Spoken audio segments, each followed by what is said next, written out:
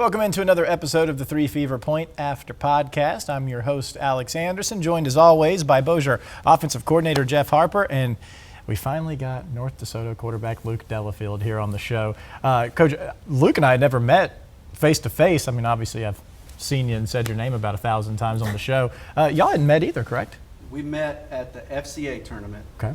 Like officially, he was working the first hole, him and Cole Corey, and so I made sure to go up and shake his hand and introduce myself. So got a pretty good golf swing, speaking of that. Yeah. Yeah, it's the only swing that was good that day, that one. Because I knew the guys were watching, so I had to put on a show. Yeah, you got one stroke. Got to show up for the audience. We love that. And Luke, you've been kind of on a media tour lately. Are we going to say TV guy Luke Delafield in the future? I mean, I don't know. Apparently, I'm good at this, but it's just me being myself. So I really don't know. But I like it. It's fun. Yeah, that is one thing. Anytime I send a reporter out, I'm like, just talk to 15. Talk to the quarterback. He's going to give you something good. Good sound bites. Yeah, so as I can speak for everyone in the area, TV-wise, media-wise, we really appreciate your work, both on the field and behind the mic. Yes, well, I'm glad I could help. There you go. Obviously, you guys seem to be, North DeSoto, seem to be kind of peaking here at the right time. Yeah. Some struggles early, maybe some unexpected struggles, but what's kind of been the change for you guys? I mean, we started off district play with a good Northwood team, and we won, so that was a huge momentum thing. And once we were like, hey, we're still a good football team, all our goals that we've set before the season are still at our grasp. Like, we can still achieve those. And once we started really believing in that and implementing it, like, throughout our day, like, hey, we're a good football team. We just got to go out there and execute. And that's what we've been doing, and it's paid off so far. And for you personally, you had a game a couple weeks back where Coach Dunn said that was the best game he'd ever seen you play. How do you kind of manage that? The expectation's obviously so high. You don't want to try to do too much, but obviously even with Cole being out, you've kind of had to take even more responsibility on. I mean, at the end of the day, it's just football. I've been playing this game since I could walk. I've been throwing in the yard with my dad at softball tournaments. Been to plenty of those, throwing the football around, and just studying the game. But at the end of the day, you just go out there. You don't think about that stuff. You're just out there to make plays. And when you're a gunslinger, you're going to turn the ball over sometimes. Yep. And Amen. It happens, but you're also going to throw some good balls, and you're going to throw some pretty big-time touchdowns when your team needs it. So, well, to that point, that's a good point, because we've not discussed this, right? Yeah. So a lot of kids, when they get to high school, played youth QB, right? And it's predetermined what they're doing with the ball, okay? And then they get to middle school, and if they have some receivers and offensive line, they'll throw a little bit. But if not, they're usually the best player on the field. Well, when you get to high school, you need that guy to have that internal clock that when the ball touches my hand, I'm the top of my drop, whatever that drop may be, I got to be able to make a decision. I got to cut it loose. You hear me say it to my guys all the time, just cut it loose. Let the ball go, right? Because good things happen when we're on time, we throw on schedule, in rhythm. And that is the one thing that with the Elite 11 all the way down to, the lowest levels, if you can't throw with tempo, arc pace, and you can't throw off a drop on time, you really can't play quarterback at a high level. And what goes with that is the ability to pre-snap, look at the field, see what he has, and then know where to go with the ball. And that's where the top quarterbacks like Luke and Abram and Ben and Owen and those guys, they know as soon as the ball touches their hands, they're going to get rid of it quick, and they make decisions. And so with decisions come tip balls to the line of scrimmage, right? Hit a guy right smack in the hands, it pops up, somebody picks it off, right? Or you're taking a hit and the ball doesn't come out right. But at the end of the day, you can try to coach that, and I know that there may be some differing opinion on it, but if you look at the trajectory of quarterbacks from college to the NFL, a lot of them don't make it, right? And why is that? Because they got to play from under center, multiple drops, multiple protections, multiple checks, long, lengthy play calls, and they have to do it in rhythm on time. Boom, boom, boom. You cannot take an extra second. You can't take an extra step. And you see that at the high school level, the really good ones can do that. But then the college level, it changes. And then the ones that are really good in college, just a few of them are really good in the NFL. It's the hardest part of the game, and not everybody can do it. You can go to a million camps. You can go to the cone and ladder drill guy that'll teach you how to, move in the pocket. But if they can't throw on schedule, they can't play quarterback. And that's the one thing this guy can do. Yeah, and we've seen it time and time again, and you've kind of had to do it to some different new faces this year. Yeah. I do want to ask you about Cole and how he's doing, but in his absence, you've definitely had some guys step up, and how great have they been? I mean, they knew that they were going to have to step up, and they really didn't succumb to the outside pressure, I guess you'd say. It didn't get to them. They were like, hey, just give me the ball. I can make plays too, and I'll show you. I'm like, all right, you get open. I'll get you the ball. Right. And they're doing a great job, so I'm proud of them. And with Cole, how's he doing? I know we talked off camera. You didn't want to give me a date, which is smart. Yeah. But in his recovery, we do expect to at least have a chance at seeing him play again this year. Yeah. Oh, I think you absolutely will. But Cole's one of the toughest guys I know, emotionally and physically. So if there's anybody that can come back from a torn PCL, it's Cole. And he's actually running some routes now, not 100%, but he looks good. Obviously, he has great hands. That didn't leave him, so that's good. But his cuts look good. He's able, really, he can't quite jump really fully yet, right. But he's getting there. He's got a brace on. He hates the brace, but he's squatting in the weight room. So all that, everything looks good. It's just a matter of when it'll be able to like quit hurting for him to Right. run full speed. So. And I think it's been a good test for probably both of y'all. I know y'all are great friends, of being a good teammate. You know, he's having to, he can't just sit there and watch. He needs to support, and it seems like he's done that. Cole's a great leader, and so he leads the whole team. But really, his position group, the receivers, they gave him the nickname Coach Cole. So I believe it. I mean, he's out there. He's got his dang sun hat on at practice. He's out there ripping them. You know, like, hey man, you're supposed to break after like 3 steps, not 5. Like, what are you doing? Your route's from 12 back to 10, not from 8 to 10 to back to 8. So like, fix that. It's the little things that'll get you beat. And they're like, man, Cole's the hardest coach we've ever had. I'm like, he wants you to be great. So. Yeah. Just him holding everybody to the standard still, even though that he's not playing, is helping our team. Obviously, I know you have another year to go after this, but what would it mean this year with everything, the adversity that you guys have faced, it being Cole's final season? What would it mean for you guys to make another run at this thing here? I mean, like Coach Dunn says, he's like, all this stuff has happened. Me and him talk all the time, just me and him one-on-one. He's like, all this stuff has happened for a reason. Mm-hmm. God's not going to put you in this situation just to have an average year. He's like, this is going to be a breakthrough year. Right. Like he keeps talking about these old Evangel teams. He had an Evangel team that started off 0-4 and won 11 games straight and won the state championship. So he's like, I believe we can do it. Do y'all believe we can do it? And I do 100% in my heart, because I've been there. Right. And I know what it takes. So. And how difficult is that to get to that point as just a sophomore?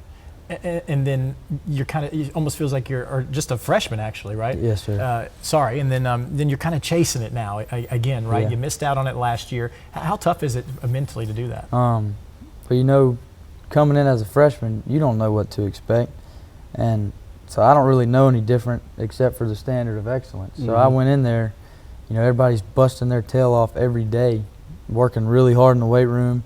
Not skipping any reps, working really hard, getting extra reps. That's the big thing, is working extra. Speaking of quarterback coaches, Brock Berlin told me this when I was a freshman, and this will be the greatest advice I will ever have till the day I die. It is, you need to be the first one to practice, and you need to be the last one to leave. And then when you get good, 50% of the people coming to watch you play are there to watch you fail. Yep. Yeah. And that needs to fuel you. So anyways, but back to what you're saying. I know what it takes, and so anytime that I see somebody slacking, I want that ring. I want it more than I can breathe. Wow. And so watching somebody take a play off or take reps off, man, it just lights a fire inside of me. I'm fixing to go chew that guy out. And sometimes I get in trouble for it, like, hey, like, you got to talk to so-and-so differently than you can talk to one of your boys, you know? And so I'm getting better at it, and in that leadership aspect. And I think the team's starting to buy into, like, hey, if we work our tails off, we can be in New Orleans in December and not just get there, we can win. Yeah, that's awesome. Sometimes the best lessons, though, are learned when you lose one like that. I mean, we lost a baseball state championship my junior year, up 3-1 with 2 outs in the bottom of the 7th at Zephyr Field. against John Curtis, who's the defending state champs, and they went on to beat us. We came back the next year, did exactly what he said. Everybody focused on doing their job. It was process oriented, it wasn't outcome oriented, and we went on to win it, my senior year. And so that ring, there's nothing like it. I'd love to have a football one, but baseball's the closest thing I ever got, and there's nothing like it. And to be there and be as close as he was as a freshman, it drives you. We've talked about it. Yep. We've talked about it off the camera, right? I mean, Coach Dunn went out and got the toughest freaking schedule because he knows we're going to learn things in these games, whether we win or lose, that are going to put us in a place where we can't be anywhere else other than going through these battles. Yeah. And when they get into that playoff bracket, watch out. I mean, I've told you that. We've said it behind, when cameras are off, that North DeSoto will catch fire at the perfect time. And it's not the best team, it's the one who plays the best that day, right? Yep. And so you're trying to build and stack good days and good games. And, I'm sure they're looking, where's Opelousas on the bracket? Yeah. Because that one last year, got away from them. Yeah. Game they should have won. Game they should have won. Right. And then Opelousas goes to the Dome and wins it. And I know that's in their mind. Yep. So I'm telling you, I think that everything that you've gone through from your freshman year to what you've had to overcome this year, losing Cole and getting these other guys coached up and getting these other guys reps that are valuable, those things are only going to pay big dividends in the playoffs. And so it's exciting to see how things end for you guys. Yeah, and it's so hard not to root for you guys. I mean, just the story and Coach Dunn and you, and it's interesting to me when I think we've had primarily seniors on the show, and most of them very composed, confident, but you kind of take it to a different level, and you've seemingly been that way since you stepped on the field in terms of just being poised, confident, sure of yourself. Where did that come from? Well, when you grow up with 3 older sisters that win 9 rings, Right. That'll keep you pretty humble. And so there's a little bit of competition that goes on there. I always want to be better than them. I would never tell them that because I love them, but right. Heck yeah, I want to be better than them. Yeah. Like, you know what I mean? And they'll definitely keep you humble because they're very successful and they were very good athletes. And so yeah, pretty much just them. They kind of gave me that edge, I guess you would say. And then both my parents are really competitive, especially my mom. Oh yeah. She'll get after it, to say the least. But yeah, I would definitely say that's just kind of a genetic thing that I'd get from my family. Yeah, it's awesome. And I mean, it's something we see every Friday night. And when you're doing stuff like this, it really is entertaining and so fun to watch. Coach Dunn, I'm sure, helps a little bit in the keeping you humble as well. Absolutely. That was one of the things we were talking off camera. Coach Harper was so excited to get some Coach Dunn stories because we always have the guys tell us Coach Harper stories. Yeah. Let's hear some Coach Dunn stories. What do you got for us? There's plenty of Dunnisms. That's what we call them. So somebody will mess up and he'll just walk off. What in the cat hair are you doing? That's one thing he'll say. All right. And then we'll have a receiver, we'll have a freeze play call, we'll have a receiver jump offside. He'll run up there, what play are you running? You know what I mean? And just stuff like that. And then, Thursdays, if we play on a Friday, Thursdays, he'll just be walking around school just screaming, 24 hours, you know what I mean? We're like, Coach, you're crazy, dude. And then we'll get out to practice and he'll still be screaming, 24 hours, you know what I mean? And he's just a crazy dude, man. But I love him to death, and he's a great guy. He'll do anything for any one of his players, and he loves us all to death. I'm trying to think of some funny stories. There's plenty of funny ones. They just got to come to my mind. Right. I mean, you're getting to play for arguably the most decorated coach in the state of Louisiana. I mean, he changed the game from He did. under center, split back, veer to spread them out and cut it loose. I mean, 9-2-2-9, right? I mean, I've heard stories about the how they called plays when he was at Evangel. So the fact that you're getting to learn from him, the guy's a great leader. Yeah. He's got a pastor's heart for his kids in the community, and he's transformed the football program in the town. And he did it quick. Yes, he did. He did it quick. It's a blessing to get to play for somebody like that. Yeah, it absolutely is. And like you said, he kind of brings that preacher mentality. Everything that he does, he honors the Lord, and that spreads to us. He has a player pray it up every day after practice, and at the end of every prayer, no matter what prayer it is, they say, "We will be sure to give you all the glory." Mhm. In Jesus' name, amen. And you just don't get that everywhere you go. You know what I mean? Yep. Like we're not playing for an audience of however many are in the stands. We're playing for an audience of one. That's right. We need to make one person happy, and we need to make, we need to honor him in what we do. So I feel like that has a big thing in our success too, is that, you honor the Lord, he'll also Absolutely. honor you. So Man, that is just. Yep. I almost want to call you coach.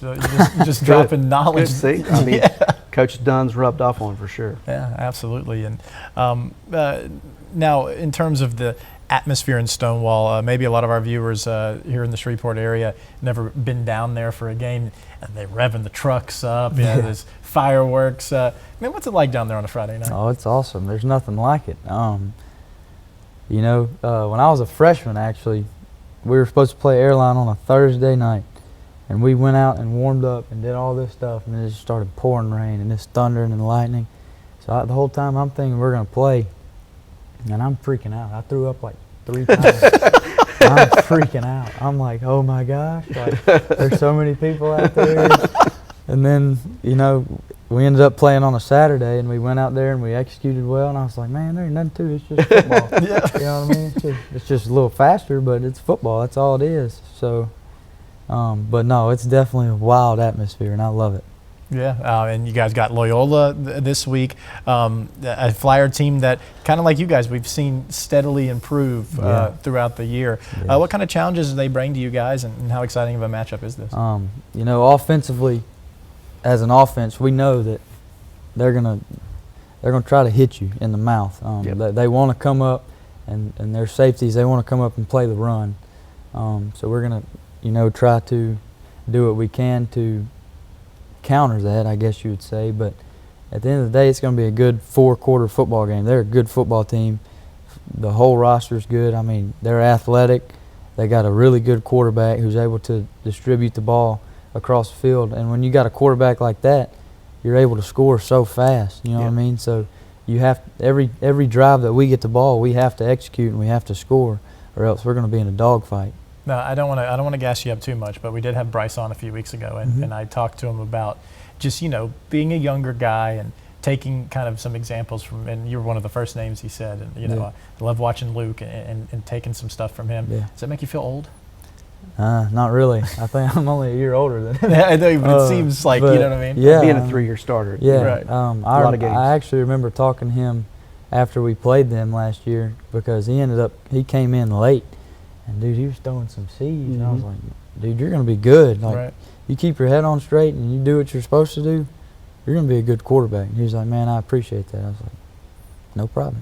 Love that. That's awesome. And I think we see that a lot with our local guys. I mean, there is some competition. Like, you obviously want to be better than all the guys that are going out there. But I think there's a general, we want everyone from this area to succeed. Yeah, absolutely.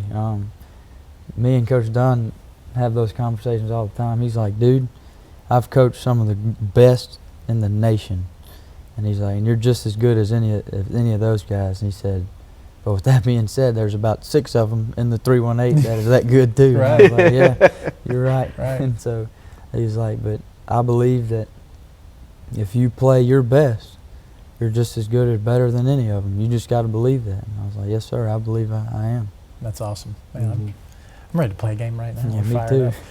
Yeah, it seems like you always are.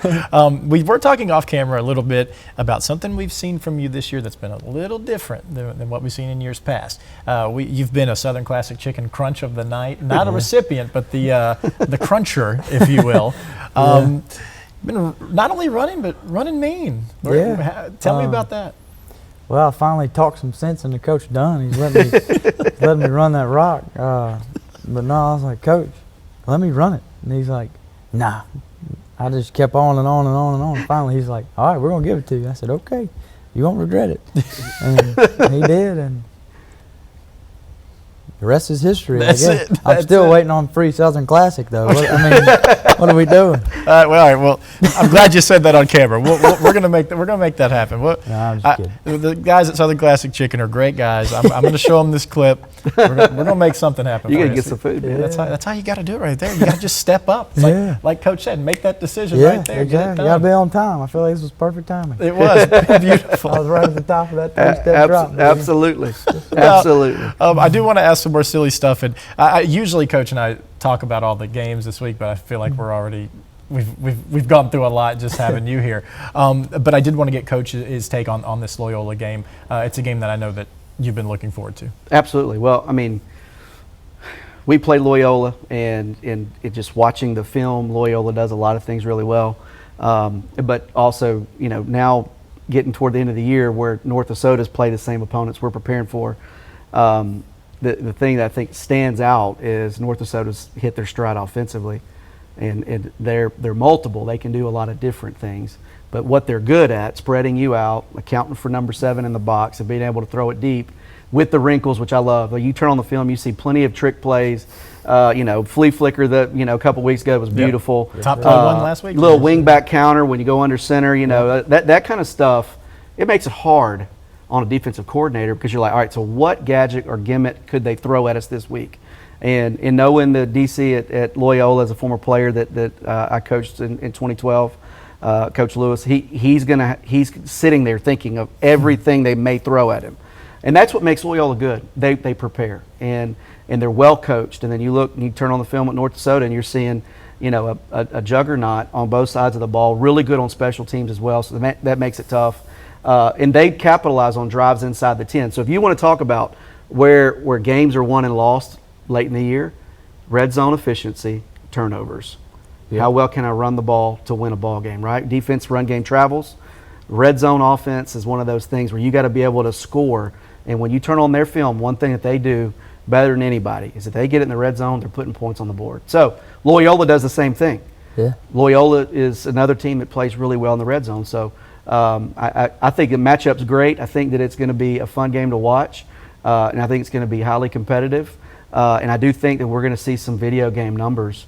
Both quarterbacks are going to put up some video game numbers. And the one thing that Bryce has got to pay attention to, North Dakota's defense will get after you. Yep. And they're physical. And Loyola's the same way. So they're going to both have things. Defenses are going to give the quarterbacks, certain aspects of the pass game. They're going to they're going to play loose to get to your guys. So you take what they give. And the same thing, North Dakota's going to change the looks up. And it's going to be. This is one of the matchups I've been looking forward to.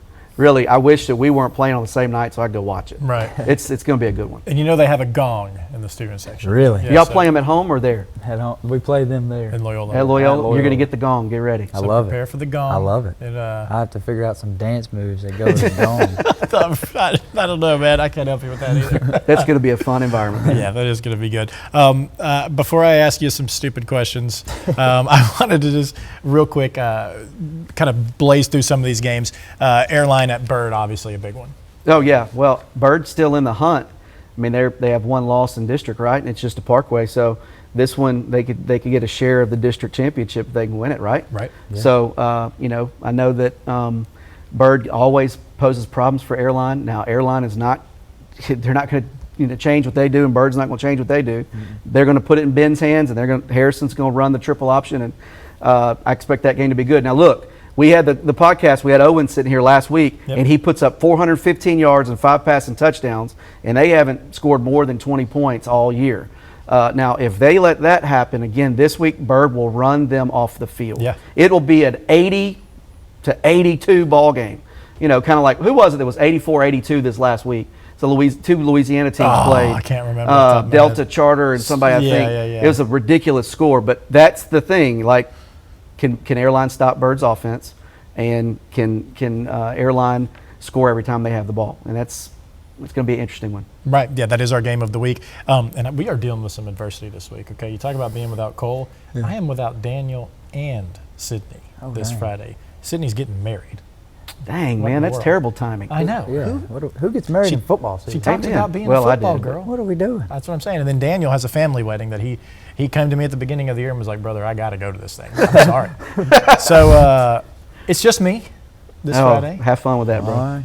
And that is our game of the week. It's going to be a good one. And you know, one of the big reasons why it's the game of the week is it's right across the street. Yeah, it's close. In Coverage, so we're Close. good there. Another one in your district that I think it's going to be has potential to be a great game is Northwood Minden. Oh, well, we just played Minden. We played Northwood the week before. Northwood was coming off of a, beat down to North DeSoto, and they looked pretty good, especially on offense. I thought they were really efficient on offense. Minden's big. They're a big team that will grind you, and they've got some players, some weapons all over the field. But defensively, they're huge, and so that I think personally, if Northwood does what they've been doing since the North DeSoto game, they are in a good spot to put it on Minden. But Minden played really well against us, really well. All right, and then a couple other games that I know you don't know much about, and I assume you're not really huge on East Texas football. But, No. It's rivalry week in East Texas, so we've got Wascom and Elysian Fields. That is sort of a Northwood, North DeSoto type of rivalry over there. And Marshall and Hallsville the same way. Not a lot of area, just a little bit of highway separating all these schools, and they like to throw it down. So we're going to be there for all those highlights. We also have a top 10 game in East Texas, Jefferson at Liberty Ilo. Jefferson undefeated. A lot of fun. So we're going to do our best with our shorthanded roster to get all those games for you, but we'll get most of them for sure. Now, Luke, I did want to ask, this question's been on my mind here, very important. Are you better at football, hunting, or fishing? Yeah. I don't know. That's a tough one. It depends. During the summer, probably football and fishing. Right. You can't do much hunting. Right. But right now, football's always in there. Don't get me wrong. But right now, it's probably football and hunting. Some days, I go out there, I'll shoot the bow pretty good. So some days, it's hunting. Then other days, I get out of practice, I'm like, man, I threw some dimes today, So some days it's football. Right. Shooting a bow and throwing a football are essentially almost the same thing. Yeah, I mean, Is that actually true? It's not, but Okay, I it was feels gonna like say, it. does it For feel a quarterback, like- you're yeah, trying to hit that. absolutely. You're trying to hit the smallest target, Yeah, and you want to try to stack that Yep. that arrow behind the next one, right? That's what I love about it. Is all right, I can throw some Small. dimes in tight coverage. Now I want to try to hit that spot, and I'm going to try to back up, keep doing it. Yep. It's addicting. it is. It really There's is. nothing like it. Yeah. Aim small, miss small, baby. That's right. And you two have a lot in common. I'm learning that right now. Yeah. Okay, so do you remember your favorite throw ever? Ooh. I'm going to have to think about this one. Oh, yeah, duh. Okay, second play. We're on second play of our first possession in the Superdome. Yep. We're getting press man, and we got like a switch concept called. I'm like, oh, dude, I'm licking my chops. I'm like, here we go. Bam, throw it over their head, touchdown, 74-yard touchdown, second offensive snap of the game. I was there. Yeah. I saw it. was I awesome. remember. Okay, so do you remember your favorite bow shot ever? Well, yeah, probably. All right. So last year it was opening day and I was hunting, and these 3 does came out on me, and I'm full draw for feels like an hour, but it's the worst. It's probably like 30 seconds, and there's a tree about this big right where I need to shoot the deer. I'm like, wow. So I let it down, and of course she just looks right at me, and I'm like 20 yards away from this deer. So they take off, and I'm like, crap. I'm like, I ain't gonna see anything. Well, it gets about 7 in the evening, so I can literally barely see my pins, and they come right back out. Smoked it. Almost dark. And I was like, there we go, baby, let's go. That's it. Put some meat on Hey, the holding table. one full draw like that. It's bad. Yeah. I mean, you're sitting there looking at it, and you're trying not to shake real bad, or anyways I am. I get Yeah. nervous. Yeah. I mean, I So see. that's what does it. Yeah, That's the nerve right I see a deer, and the whole tree starts shaking. I'm just, I get That's the nervous. fun part of hunting, man. Especially bow hunting because they're so close. Yeah. Man, I grew up hanging out with the Maddens over in Minden all the time. John Madden and then his son Levi, and they were huge bow hunters. So, Really? gosh, I could sit here and listen to these stories all day. It just takes me right back to being a kid. It's and fun, man. Hearing It all is. that. It's I mean, addicting. I've been with them a few times. I'd never done it myself. It's crazy. Speaking of funny Coach Dunn we stories go. and hunting, my freshman year I took him hunting during the rut. Okay. Oh man, it's the best time. And so I'm like, all right, Coach, they're gonna be running. Like you're probably gonna shoot a big one. All right, so we get in the stand at like 4:30 probably. Ain't seen nothing. It's like almost 6. And then it gets like 2 minutes before dark. Boom! Right, I heard him. I called him, like, hey man, did you shoot? He's like, yeah, I just shot a big one. I'm like, all right. Go down there. And obviously he doesn't track the deer, so I'm tracking it.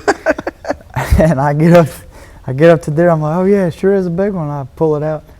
The thing's a spike. Oh, about that tall. And he don't even care. He got just looks buck at, fever. He looks at me and goes, perfect shot. I'm like, yeah. He saw his buck fever, boy. I'm like, yeah, sure. It's a monster. That is. It's a monster. He's like, oh, it's a good one. I'm like, all right. I walk in there, just spike about that tall.